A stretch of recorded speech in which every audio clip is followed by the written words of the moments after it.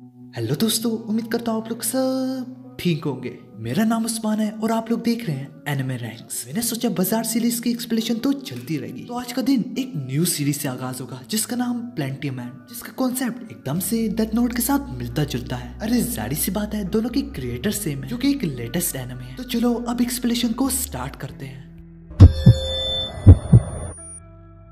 हमारी एपिसोड की शुरुआत में हमें स्कूल ग्रेजुएशन दिखाई जाती है। काफी लोग काफी खुश होते और अपनी आगे फ्यूचर की प्लानिंग कर रहे होते। सो वहाँ पे बैठा एक शख्स के जो कि अपनी जिंदगी में काफी परेशान होता है, जिसका नाम मिराई होता है। और मिराई ही हमारा मेन प्रोटैगनिस्ट है। यहाँ तक मिराई के पास ठीक से खाने के पैसे भी नहीं होते। यही वजह से वो स्टोर से सामान चुराने का सोच रहा होता, पर अगले लम्बे में वो ऐसा बिल्कुल ना करता, क्योंकि ऐसा करना उसे सही ना लगा होता। इसके बावजूद भी वो अपनी जिंदगी से काफी थक चुका होता। तो यही वजह से उसने सोच लिया होता वो एक ऊंची बिल्डिंग से छलांग मार के अपनी जान ले लेगा। मिराई सिर्फ और सिर्फ खुश रहना चाहता है और यही बोल के वो बिल्डिंग से छलांग मार लेता। पर जैसे ही वो अपनी आंख खोलता है तो वो खुद को एक अलग दुनिया में पाता। उसे एक एंजल ने पकड़ा होता है, जो देख के वो समझता है कि अब वो मर चुका है, पर असल में वो बिल्कुल गलत होता। वो एंजल उसे कहती है बहुत अच्छा हुआ कि मैं वक्त पे पहुंच गई और तुम्हें गिरने से बचा लिया। वो एंजल उसे सिटी दिखाती और वो उससे कहती तुम अभी भी इसी दुनिया में ही हो। यूं ही मिराई जब मिरर में देखता है तो उसे मिरर में कोई एंजल ना दिखती। सबके बाद मिराई उससे कहता है तुम्हें मुझे नहीं बचाना चाहिए था। तो इसके जवाब में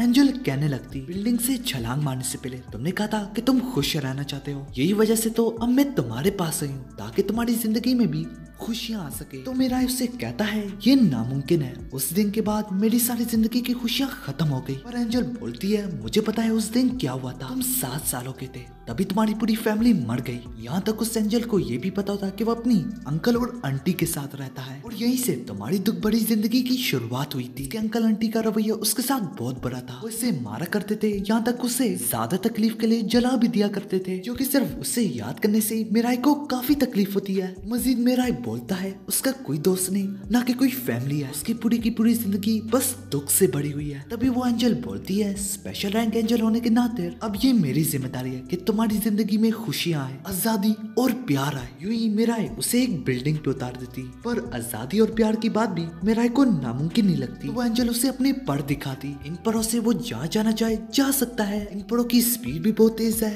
इतनी स्पीड होने के कारण कोई इंसान उसे देख भी नहीं पाता। यही उसकी आजादी होगी। और जिंदगी में प्यार पाने के लिए वो उसे एक रेड एरो दिखाती है। इस एरो के इस्तेमाल से कोई भी इसके प्यार में दीवाना हो सकता है, कोई कुछ भी कर सकता है जो वो कहेगा। मगर वो एंजल उससे दोनों में से एक को चुनने को कहती है। मिराई को इस पे जरा यकीन ना आता और वो इसे स्कैम समझता। वैसे भी मिराई अभी तक मरने का ही सोच रहा होता। मिराई उसे कहता है अगर तुमने उसे दोनों दे दी तो फिर ही ठीक होगा। इस पे वो एंजल भी कुछ बोले बगैर ही मान जाती। शुरू से ही उस एंजल को कोई प्रॉब्लम नहीं थी उसे दोनों चीजें देने में, पर दरअसल वो एक ट्रेडिशनल होता। इसी वजह से उस एंजल ने उससे दोनों में से एक का पूछा। ना कुछ कहने के बावजूद भी मिराई को अभी तक यकीन ना आया होता। मिराई अभी तक मरने का ही सोच रहा है। तभी वो एंजल अपने सर जैसी रिंग उसके गले और हाथ में डाल देती। उसके हाथों में 2 रिंग होती। उसके गले का रिंग उसके परों के लिए काम करता है, उसके हाथों का रिंग उस एरो के लिए इस्तेमाल होता है, जो कि किसी को भी अपने प्यार में दीवाना कर सकता है। एंजल उसे इन रिंग्स के बारे में समझाने लगती। इन रिंग्स को हटाना नामुमकिन है, इन्हें कोई आम इंसान नहीं देख सकता सिवाय तुम्हारे जैसे लोग जो किसी एंजल से मिले हो। ये एंजल्स यहाँ तब तक रहेंगे जब तक नया गॉड नहीं चुना जाता। फिर वो एंजल मिराई को उसके विंग्स टेस्ट करने का बोलती है। मिराई जैसे ही एंजल विंग्स का नाम ही लेता है कि उसके पीछे 2 बड़े से एंजल विंग्स आ जाते। एंजल उसे बताती है ये किसी चीज के साथ टकरा भी नहीं सकते, कोई इंसान इन्हें देख भी नहीं सकते। फिर मिराई सोचने लगता चलो विंग्स तो आगे, पर वो अब उड़े कैसे। और सिर्फ उड़ने का सोचने से अब उसके विंग्स काम दिखाने लगते। जैसे कि उसने कहा एंजल विंग्स काफी फास्ट है। यूं ही मिराई बड़ी तेजी से उड़ता चला जाता। उड़ते उड़ते वो बादलों की बुलंदियों पे आ जाता। अभी उसकी नजर जाती है गर्म से चमकते हुए सूरज पे। वो उसकी गर्माइश को महसूस कर पाता। इतने दिनों के बाद मिराई अपनी जिंदगी की खूबसूरती महसूस करता। उड़ने में उसे काफी मजा आ रहा था, इसी में रात भी हो जाती। इतने दिनों के बाद जिंदगी में मजा आने के बाद उसके आंखों से आंसू निकलने लगते। वो खुद को बहुत आजाद महसूस करने लगता। काफी देर उड़ने के बाद अब वो बैठ जाता अकेला। फिर दोबारा से वहाँ पे एंजल आ जाती। वो एंजल उसे बताती है इन विंग्स के कारण अब तुम कुछ भी चुरा सकते हो, विंग्स तो टेस्ट हो गए। एंजल उसे मजीद बोलती क्यों ना तुम अब उस एरो को भी इस्तेमाल कर लो। पर उसकी पिछली वाली बात सुन के मिराई को थोड़ा शक होने लगता।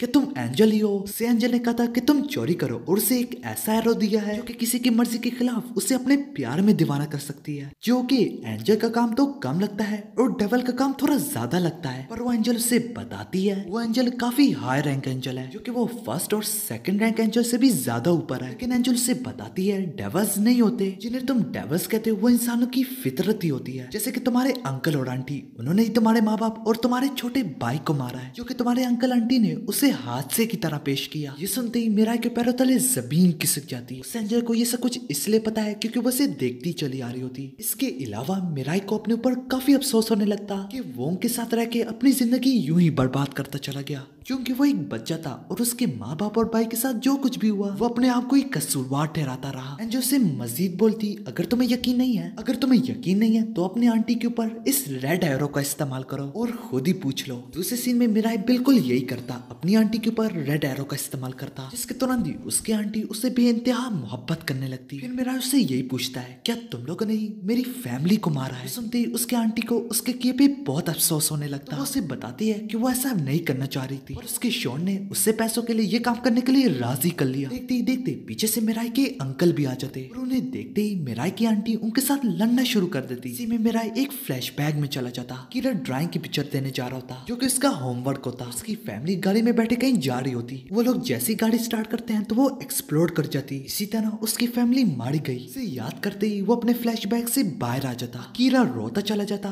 और वो कहता कि तुम लोगों को मरना चाहिए था। जो सुनते ही उसकी आंटी अपनी जान खुद ही ले लेती। ऐसा कुछ इसलिए हुआ क्योंकि उसने उस पे रेड एरो का इस्तेमाल किया हुआ था और इसमें वो जो कुछ भी बोलेगा तो वो शख्स जिस पे रेड एरो का इस्तेमाल हुआ है वो वही करेगा। इसी में एक और एंजल आके उसकी आंटी की रूह को अपने साथ ले जाती। मेरा एक देखता रह जाता, लोग कितनी आसानी से दुनिया छोड़ के चले जाते हैं, बिल्कुल उसकी फैमिली की तरह। इसी को याद करते हुए उसे अपनी माँ की एक बात याद आती, क्योंकि उसकी मॉम ने उसे कहा होता, हर इंसान का मकसद अपनी जिंदगी में खुशियाँ ढूंढना। इसी तरह मैं चाहती हूँ कि तुम्हारी जिंदगी में भी खुशियाँ हो। सब कुछ याद करने के बाद मेरा शदीद दुख से चीखता चला जाता और उसे अपने ऊपर काफी शदीद गुस्सा भी होता कि उसकी माँ क्या चाहती थी और वो तो अपनी जान लेने पे तुला हुआ था। इसके चलते ही वो अपने माँ बाप और अपने छोटे भाई से माफी मांगता और वादा करता कि वो अपनी जिंदगी में खुशियाँ ढूंढेगा। सुनते ही एंजल बोलने लगती, यही वजह से तो मैं तुम्हारे पास आई हूँ। एंजल उससे अपना नाम नाज से बताती, जो कि वो उसकी पर्सनल एंजल है। और हमें दिखाया जाता है जो इंसान अपने जीने की ख्वाहिश खो चुका हो या उसे अपनी लाइफ का मकसद ना पता हो, वही गॉड के कैंडिडेट के लिए चुने जाते हैं। सीन शिफ्ट होता और हमें 3 दिन के बाद दिखाया जाता। मिराई के पास पैसे बहुत कम होते हैं क्योंकि मिराई ने होटल में रहने के लिए रेड एरो का इस्तेमाल किया होता है। वहीं पे मिराई को इन चीजों का इस्तेमाल करना भी काफी गलत लग रहा होता है। इनका इस्तेमाल करने से मिराई खुद को एक गलत आदमी समझ रहा होता है और वो चाहता होता है कि वो नॉर्मल इंसानों की तरह खुशियां पाए, स्कूल जा सके, कंपनी में जॉब पाए और एक ऐसी खास लड़की को ढूंढा जिसके साथ वो अपनी फैमिली बसा सके। बिल्कुल वैसी खुशियां पाना जैसे वो पहले पाता था। चीजों को मुमकिन बनाने के लिए उससे पैसे चाहिए। पैसे पाने के लिए नासी उसे मशवरा देती है, तुम्हें अपने अंकल और उनके बच्चों को मारना होगा, जैसे कि उन्होंने तुम्हारी फैमिली को मार के पैसा पाया। तुम अपने अंकल को मारने के लिए रेड एरो का इस्तेमाल कर सकते हो, पर इसके बच्चों को मारने के लिए वो से व्हाइट एरो दिखाती। इस एरो के इस्तेमाल करने से वो बंदा मर जाएगा। यही वजह से मिराई के हाथ में 2 रिंग्स है, एक रेड एरो की और दूसरी व्हाइट एरो की। और साथ ही साथ उसे आराम व सुकून वाली मौत मिलती है, क्योंकि इन एरो का इस्तेमाल गॉड भी करते हैं। इतनी जल्दबाजी में नासी थोड़ा ज्यादा बोल गई होती। फिर नासी मजीद उसे बताती है, इस वक्त दुनिया में 13 गॉड कैंडिडेट्स हैं, उनके पास भी मेरा जैसी एंजल और मेरा जैसी पावर्स है और इन्हीं 13 लोगों में से किसी को गॉड चुना जाएगा। मगर पता नहीं अगर ये लोग एक दूसरे के सामने आए तो क्या हो सकता है। इतना कुछ सुनने के बाद मिराज समझ जाता अब उसकी जिंदगी काफी बदल चुकी है। और हमें दूसरे सीन में 2 मिराज जैसे शख्स दिखाए जाते हैं, क्योंकि एक रेड एरो से वार करने जा रहा होता है, मगर उसी में दूसरा सूट वाला शख्स उसे व्हाइट एरो से मार देता और उस शख्स के हाथ में 3 रिंग्स होती, मतलब के 13 और गॉड कैंडिडेट्स। अब एक नए खतरे की शुरुआत होने जा रही है, मगर इसी में हमारी आज की एपिसोड खत्म हो जाती।